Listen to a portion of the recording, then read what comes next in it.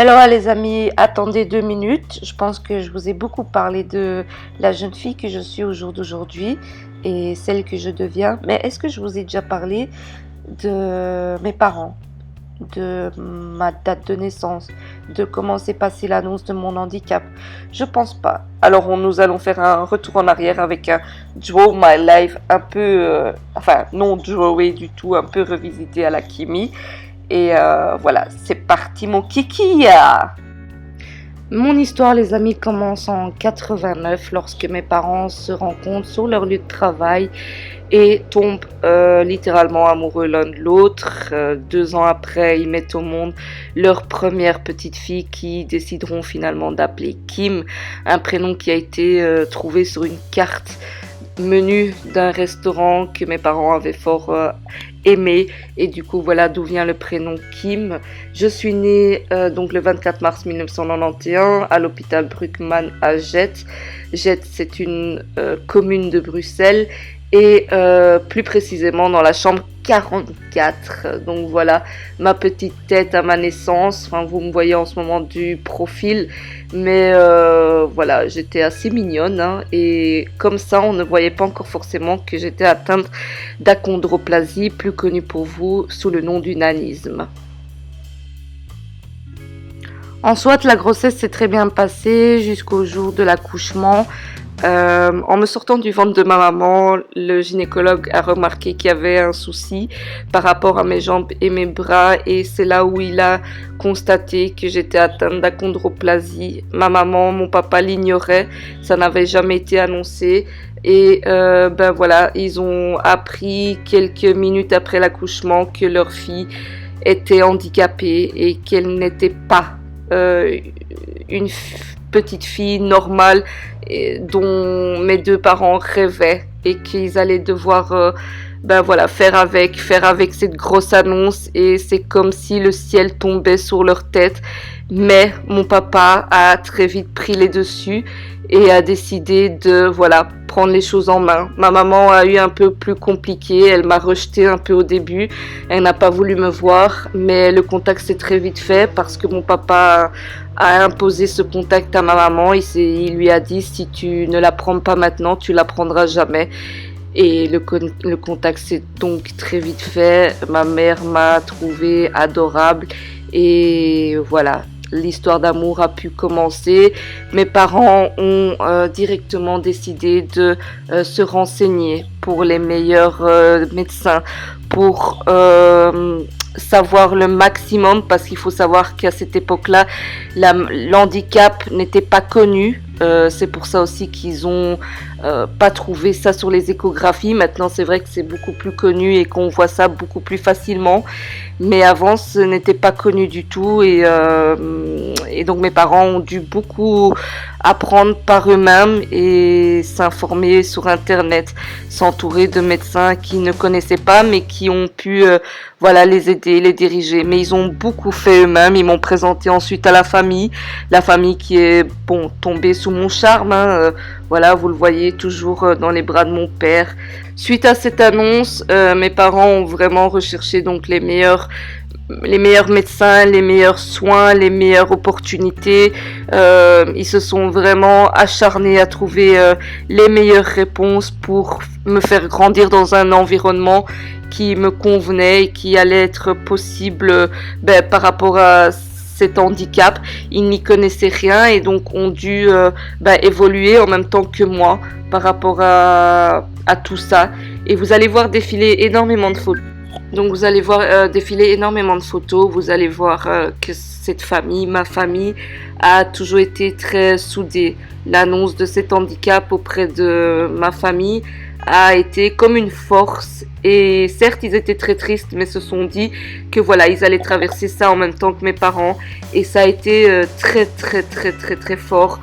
On a toujours été très très proches, très soudés. Mes parents ont toujours pu compter sur mes grands-parents, mes arrière-grands-parents, leurs parents, et ça se voit sur les photos que voilà, on est une famille complètement épanouie, comblée, mes grands-parents fiers de moi. Enfin voilà, c'est vraiment limite le portrait d'une famille heureuse et où l'handicap a fait que tout le monde soit plus soudés, plus forts. Et vous allez voir, voilà, les photos défilent et les liens sont impressionnants. Je suis un très beau bébé, hein. Vous allez voir que oui, je suis pas très marquée sur certaines photos. J'ai eu, ben voilà, je suis un peu moins marquée que certains, c'est vrai. Moi, je me trouve très jolie. C'est vrai que vous allez voir que mes bras et mes jambes sont beaucoup plus courts que la normale. Mais ouais, ça fait ma petite beauté, quoi. Et ça m'étonne pas que tout le monde est tombé amoureux de moi. Alors en 1993, mes parents se sont dit oui, ils se sont mariés 2 ans ou 3 ans après ma naissance, 2 ans. Et donc j'ai pu faire partie de leur mariage physiquement, je m'en rappelle pas, hein, mais j'ai été là. J'ai aussi suivi mes parents dans leur voyage de noces. Ils ont tenu à que je sois là. Ils sont partis à l'époque en Espagne où ma tante elle vit. Et voilà, comme vous voyez, j'ai évolué à mon aise, doucement. J'ai commencé à marcher à l'âge de 2 ans, 2 ans et demi, je sais plus. Et voilà, j'ai fait des safaris avec mon papa. J'ai fait plein de choses. Il tenait absolument à que je fasse comme tout le monde, à me faire grandir comme quelqu'un de normal, à me voir évoluer dans toute situation, plein d'amour, plein de câlins, plein de sourires. J'étais un bébé vraiment très souriant. Je voulais tout essayer. J'étais motivée pour tout, à participer avec tout le monde. Je n'avais peur de rien. J'affrontais tout ce que je voyais sur mon passage, je voulais essayer.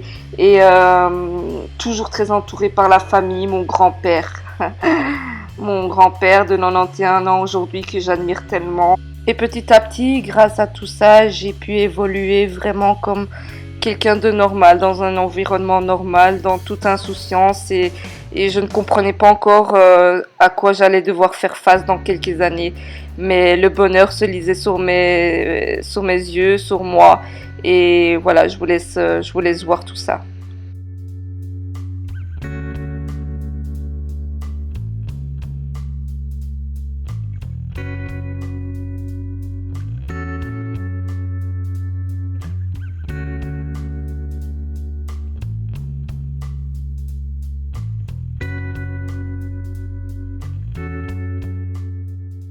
Le 20 août 1994, ma sœur Mélissa est arrivée au monde sans aucun souci de santé. J'ai directement pris mon rôle de grande sœur à cœur et c'est vrai que nous avons eu une relation très fusionnelle.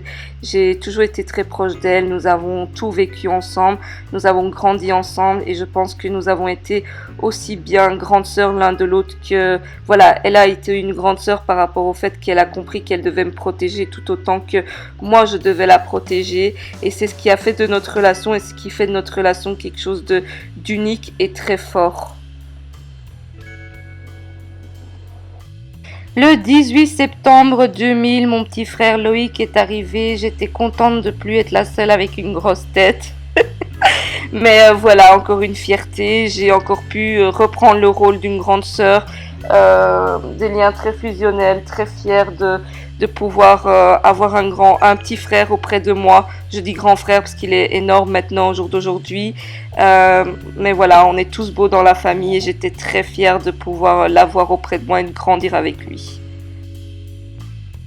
Et voilà, nous avons continué notre petit chemin de vie. Je me suis épanouie, j'ai été à l'école comme tout le monde. Je me suis fait des centaines d'amis, j'ai fêté tous mes anniversaires avec mon frère et ma sœur. J'ai été toujours très entourée. J'ai eu vraiment une enfance très saine, très facile, jusqu'au jour où j'ai remarqué que mon frère et ma sœur grandissaient plus vite que moi. Vous savez, dans la famille, quand j'étais en famille, tout allait bien, mais une fois à l'extérieur, je commençais à comprendre que ce n'était pas normal que les gens me regardaient et pas mon frère et ma sœur, et pourquoi ma sœur devenait plus grande que moi, or qu'elle était plus jeune. Mais j'avais tellement ce soutien de la famille, de ma sœur, de mon frère, qu'au fond, voilà, je m'en faisais pas trop et puis j'avais mes amis qui m'aimaient, j'ai jamais eu de soucis à l'école, j'ai toujours eu un peu ce caractère de leader qui, au fond, m'a sauvée jusqu'à l'âge de mes 15-16 ans où là, j'ai eu une petite descente aux enfers où les choses ont mal tourné, où j'ai très mal vécu mon handicap. Mais ça, je vous propose qu'on en parle une autre fois. J'avais vraiment envie de vous partager les premiers instants de mon enfance, de tout ce que j'ai vécu. Et à travers cette vidéo, je voulais vraiment remercier toute ma famille, vraiment, et plus précisément mes parents, ma mère qui a beaucoup souffert et qui a traversé ça comme une championne. Mon père qui a tout fait, qui avait dans son pouvoir, aussi bien financièrement, qui s'est toujours dévoué à avoir le meilleur pour ses enfants, à ma famille qui a toujours fait en sorte de soutenir mes parents et moi-même et mon frère et ma sœur, et surtout à mes amis qui ont toujours été là ou qui ne sont plus là, mais qui ont fait en sorte qu'au jour d'aujourd'hui, je sois celle que je suis aujourd'hui. Et puis merci à vous, parce que grâce à vous, j'en apprends encore sur moi tous les jours. Merci d'être là, merci de votre soutien, et je vous aime tout simplement.